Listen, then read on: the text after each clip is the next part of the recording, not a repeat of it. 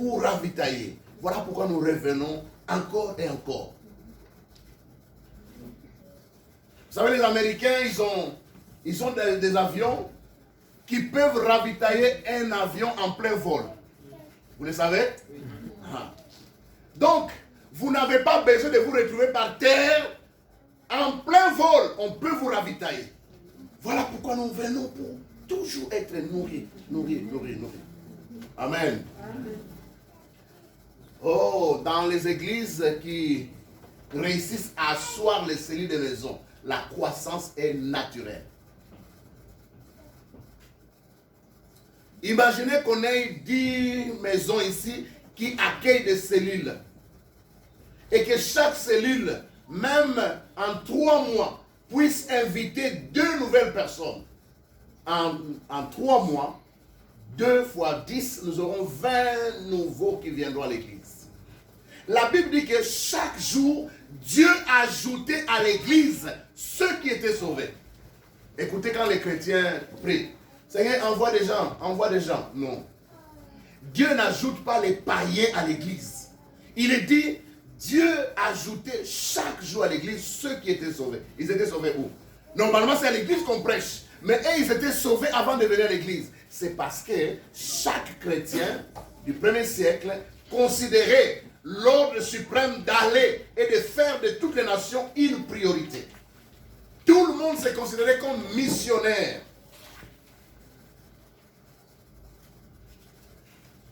Si Dieu permet que vous quittiez la Belgique et que vous allez aux États-Unis, avec le Saint-Esprit que vous avez et la Bible, vous devez être capable de commencer une église. Elle commence toujours comme une série de maisons. Amen. Amen. Voilà pourquoi chaque jour, il y a au moins 2 nouvelles églises qui sont implantées dans l'église de la prophétie.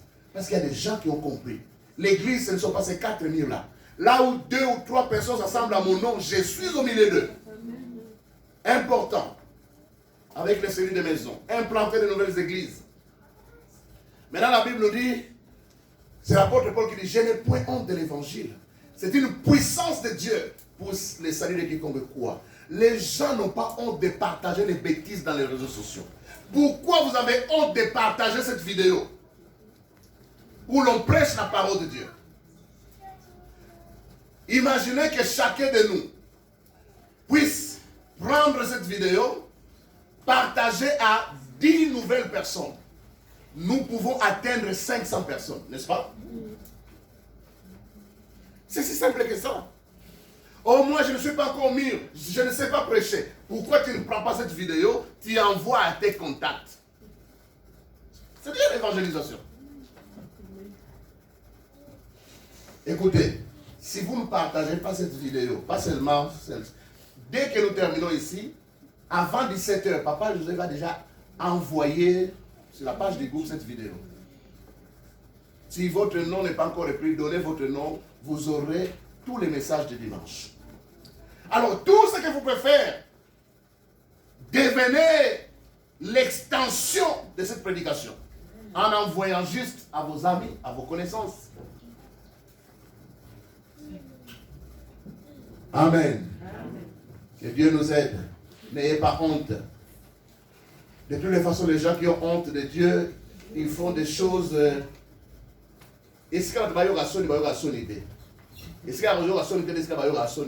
C'est-à-dire l'inversion des valeurs.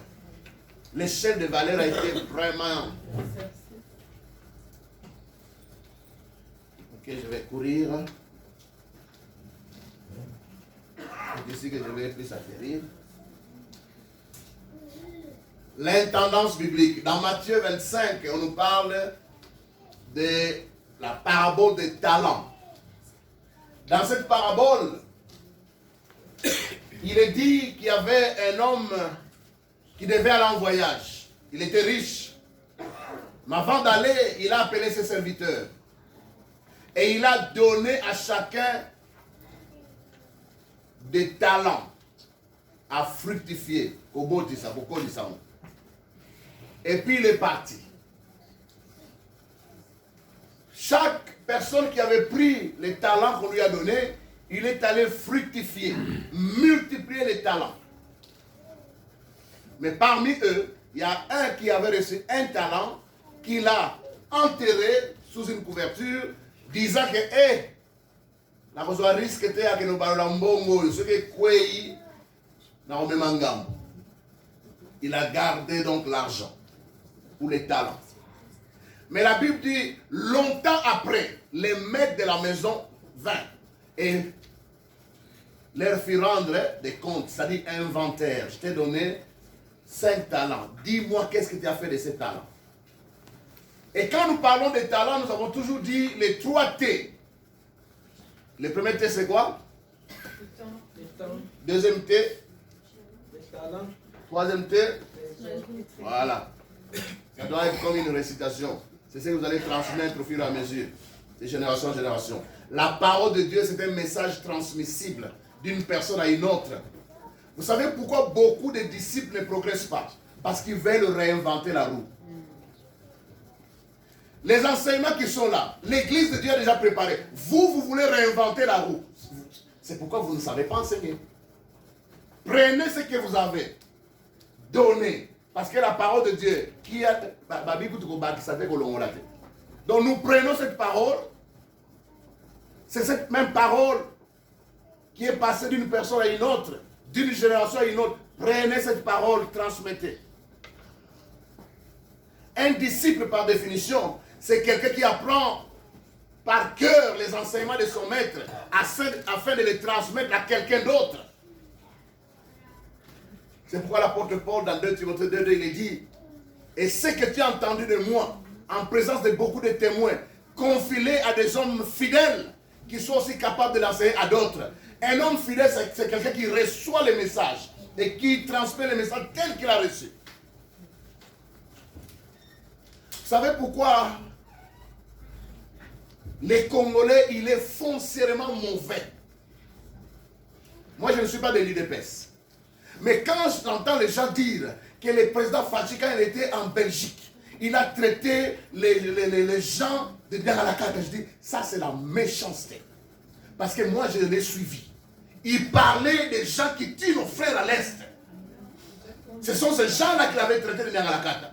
Mais je ne sais pas pourquoi et comment tout le monde dit qu'il a injurié les membres de la diaspora. Les gens ne sont pas capables d'écouter un message et de communiquer tel qu'ils ont reçu.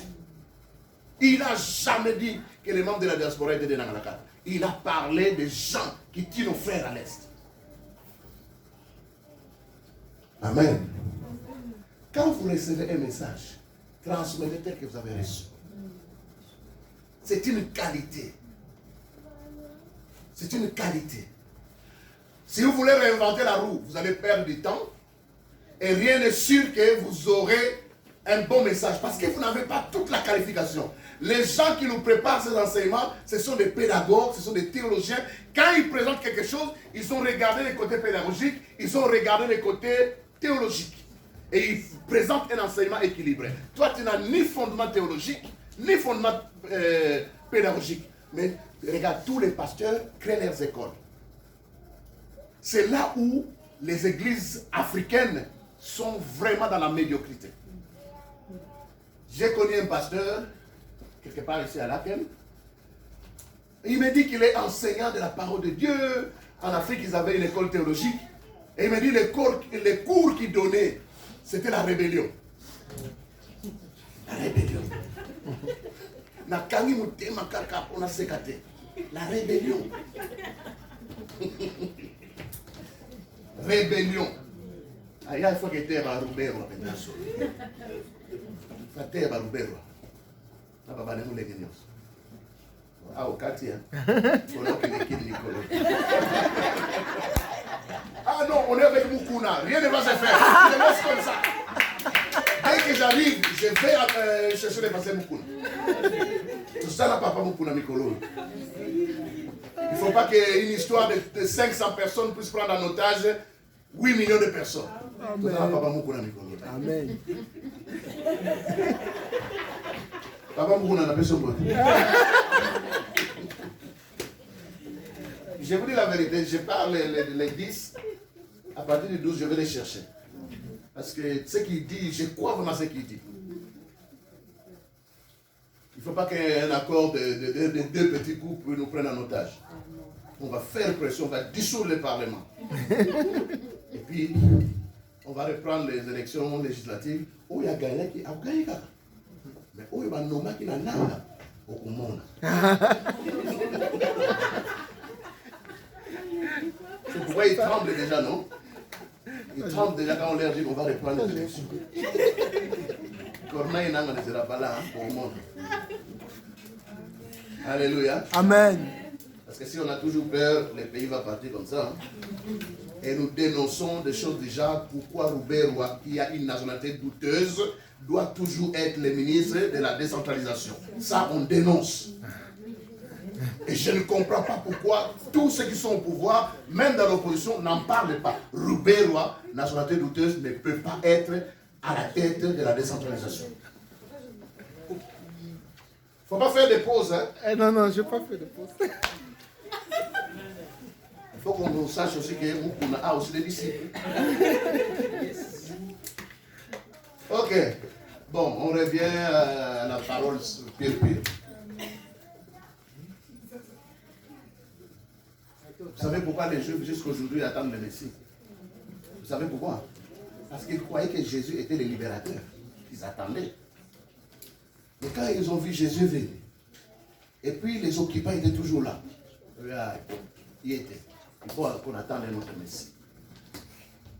Donc on ne peut pas ne pas s'occuper des affaires du royaume, même ceux du pays aussi.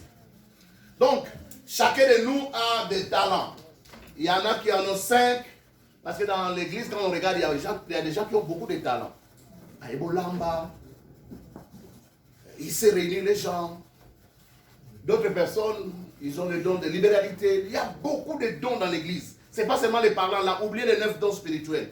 Les parlants langues, les prophéties. Oubliez tout ça. Mais il y a d'autres dons que Dieu nous a donnés. Quand tu touches quelque chose, ça se développe. Quand toi tu réunis les gens, tu réussis. Tu arrives quelque part où il n'y avait pas d'organisation. Quand tu viens, les choses commencent à se structurer. Ce sont des dons. Mais maintenant, quand vous n'utilisez pas ces dons-là, vous êtes semblable à celui qui a caché les dons que Dieu, pardon, que les patrons lui avaient donnés. Dieu sait combien de dons il t'a donné. Je me répète. Dieu sait combien de dons il t'a donné. Et donc, longtemps après, au retour du Seigneur, chacun de nous va rendre compte, vous dire, ok, je t'avais donné tel talent, tel talent, qu'as-tu fait de ces dons-là? Si tu as utilisé les dons pour tes intérêts personnels au Samboué, les dons nous ont été donnés pour l'édification des autres. Amen. Nous sommes à Guitare, nous sommes à Sainte, nous sommes à Mbunda, nous sommes à Yembaka. Tout le monde, personne a 0 don. Personne. Tout le monde a au moins 1. Il y en a qui en ont plus parce que Dieu a donné selon la capacité de chacun. Amen. Mais personne n'a 0. Donc, demande toujours à Dieu, Seigneur, qu'est-ce que tu as mis en moi que je dois mettre à la disposition des autres? Et tu le sauras parce qu'il y a des choses que tu sais faire sans forcer. C'est ces choses-là. C'est ce que tu peux faire sans forcer. C'est ça les dons. Amen. Dans 1 Corinthiens 4, verset 7, la sœur Marie-Lisa m'avait même composé un chant. Qu'as-tu que tu n'aies reçu de Dieu? Nini nazanango o yeuti na nzambete. Et si tu as tout reçu de Dieu, pourquoi tu ne le mets pas à la disposition des autres? Alléluia. Les dons, mettez à la disposition des autres. Tout don parfait nous vient du Père de lumière, Jacques 1,17. Nous n'avons rien sinon ce que nous recevons de Dieu. Et si nous sommes convaincus que nous recevons tout de Dieu, pourquoi ne pas les mettre à la disposition des autres? Les temps, nous avons, vous savez, dans la distribution des dons, nous ne sommes pas égaux. Il y en a qui ont 5, il y en a qui ont 3, il y en a qui ont 10, 12. Mais dans les temps, tout le monde a 24 heures par jour, n'est-ce pas? Que tu sois riche ou pauvre, nous avons tous 24 heures. Qu'est-ce que tu fais de tes 24 heures? 8 heures de sommeil, 8 heures Yakolukalipa, et les 8 heures qui te restent, qu'est-ce que tu fais? Prends une partie, investis dans le royaume de Dieu. en visitant les frères. Tu peux avoir une liste. Quand tu viens à l'église, tu regardes les frères qui ne sont pas là. Oui, hey, cette semaine, je vais appeler tel. Je vais visiter un tel. La sœur Bénédicte a accouché. La sœur Marie, qui vit loin là-bas, a accouché. Voilà, je vous donne les moyens de faire un ministère. Visiter, encourager, appeler. Amen. Amen. Amen. Et puis nous allons atterrir. Le dernier thé, c'est le trésor. Là où les Romains. Hein? Voilà. Thé comme trésor. Bon, ici, c'est vraiment petit. C'est à 6h20 que j'ai fini. On est en train de travailler avec maman Sarah pour les diapos. Mettre là. Et puis je faisais en même temps. C'est à 6h20 que je suis allé dormir. Pour me réveiller à 9h. C'était lourd, hein. Mais je sais que je vais dormir après. Donc après ici, téléphone, tu seras éteint. Comme ça, je vais dormir. Dans Matthieu 6, 21, il dit, là où est ton trésor, là aussi sera ton cœur. Vous savez, les frères et les sœurs qui donnent l'argent à l'église, ils considèrent l'église. Ceux qui ne donnent pas l'argent à l'église, je m'en fous. Parce qu'il n'a aucun intérêt. Par exemple, toutes les formations gratuites, ce que je vous donne gratuitement là, avant j'imprimais les feuilles, n'est-ce pas? J'ai donné au leader. J'ai donné, tout ça j'imprimais, j'ai donné. Après j'ai compris que ça ne sert à rien. À moins que je vous vende les syllabus. Si tu vas jeter, c'est ton problème. Parce que quand on investit de l'argent, on se sent attaché. Que ce soit dans les choses de Dieu ou dans les choses du monde, là où c'est gratuit, les gens ne valorisent pas. J'ai fait une activité avec la société foraine. Nous pouvons faire des conférences gratos. Les gens ne viennent pas. Mais les mois passés, nous avons dit 25 € à chacun, nous allons manger au restaurant. Personne n'a loupé cette occasion. Tout le monde était là. Même des gens, des nouveaux, étaient là. Pourquoi? Parce qu'on a payé 25 €. Si tu veux valoriser quelque chose, il faut investir là-dedans. Et j'ai compris, dorénavant, il n'y a plus de conférences gratos. On va payer, comme ça les gens vont venir. Même dans les choses de Dieu. Nous, on est allé au collège biblique. Si tu n'as pas 5200 €, tu ne peux pas étudier au CTS à Saint-Pétersbourg. Et puis la même formation, quand on revient, on vous donne gratuitement. Venez mercredi, vous ne venez pas. On a juste compris qu'il faut payer. Quand on paye, on valorise la chose.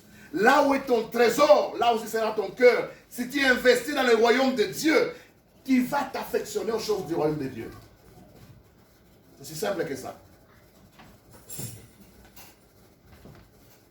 Alors, vite, nous lisons dans Proverbe 3, verset 9, il est dit, parce que nous parlons du troisième T, dont les trésors. Les trésors, c'est l'argent.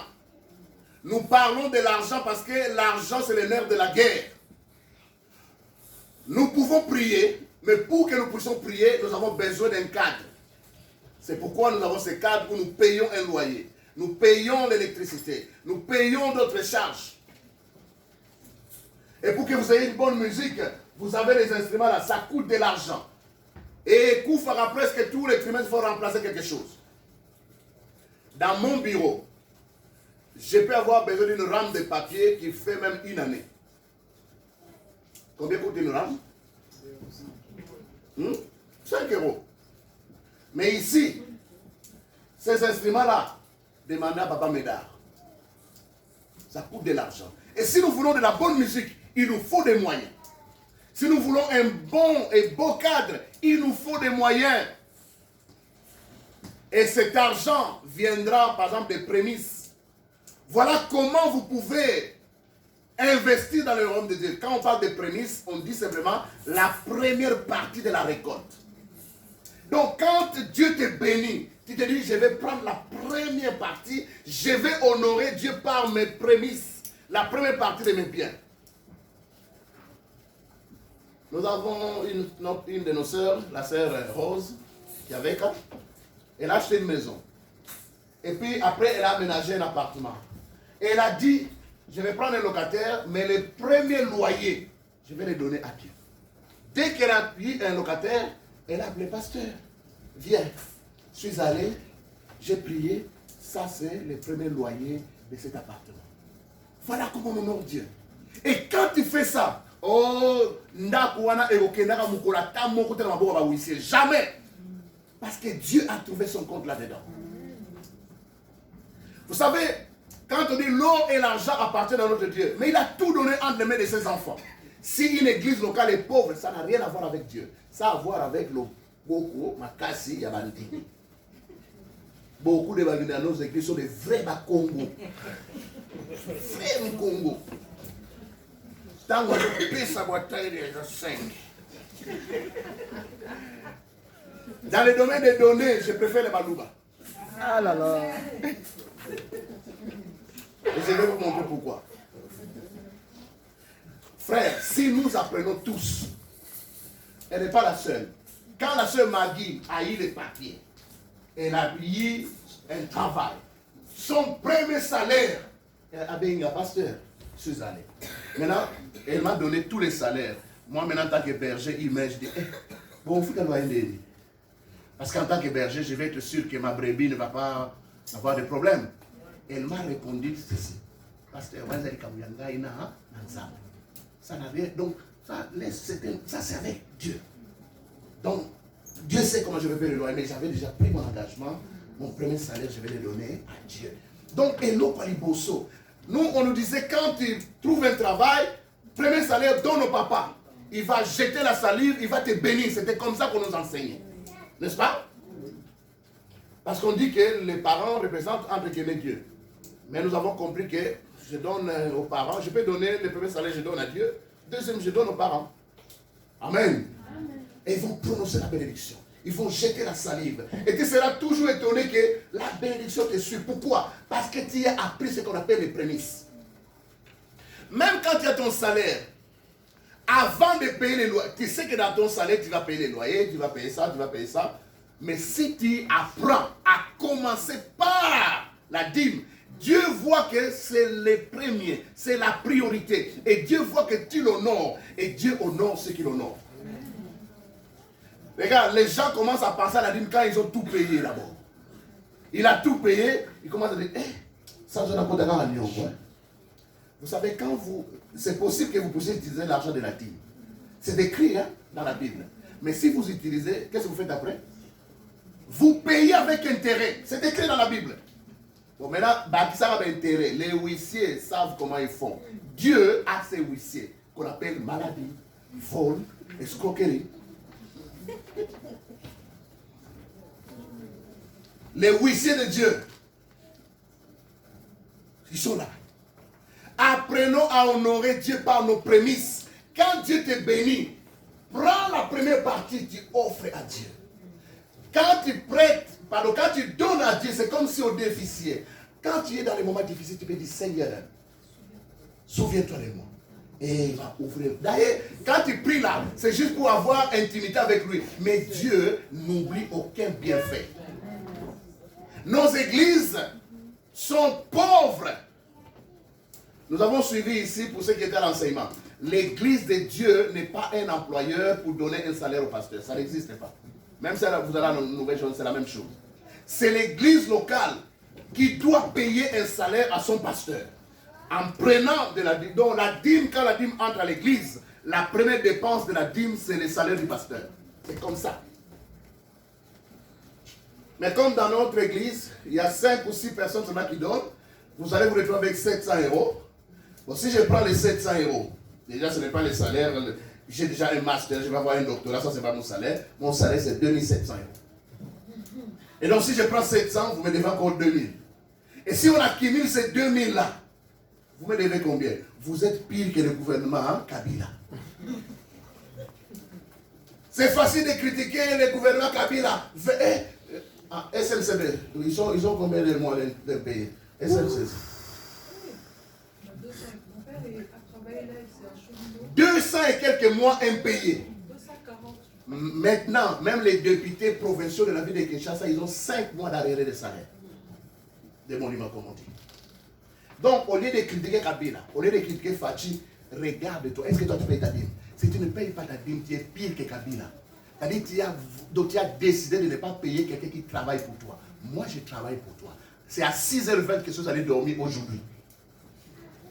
Demande à Maman Sarah. Parce qu'on est en train de travailler d'abord les diapos, et puis ça ne fonctionne pas. On a travaillé pour rien toute la nuit, mais Dieu a vu. Et puis tu finis là, tu entres maintenant finaliser la prédication. Nous avons parlé des prémices. La deuxième, c'est la dîme. Dans Malachie 3, verset 9 de Boyebi. Un homme trompe-t-il Dieu? Vous me trompez depuis vos pères. Vous avez pas dit, mais papa, vous. Sauf que vous avez dit, mais papa, comment vous faites banzela? Papa, vous avez dit, depuis vos pères, vous me trompez. Et vous vous dites en quoi? Par les dîmes et les offrandes. Amen. Les dîmes et les offrandes. Frères, regardez. On raconte l'histoire. Nous avons tous. Qui a des enfants ici? Même Yann Kobo là.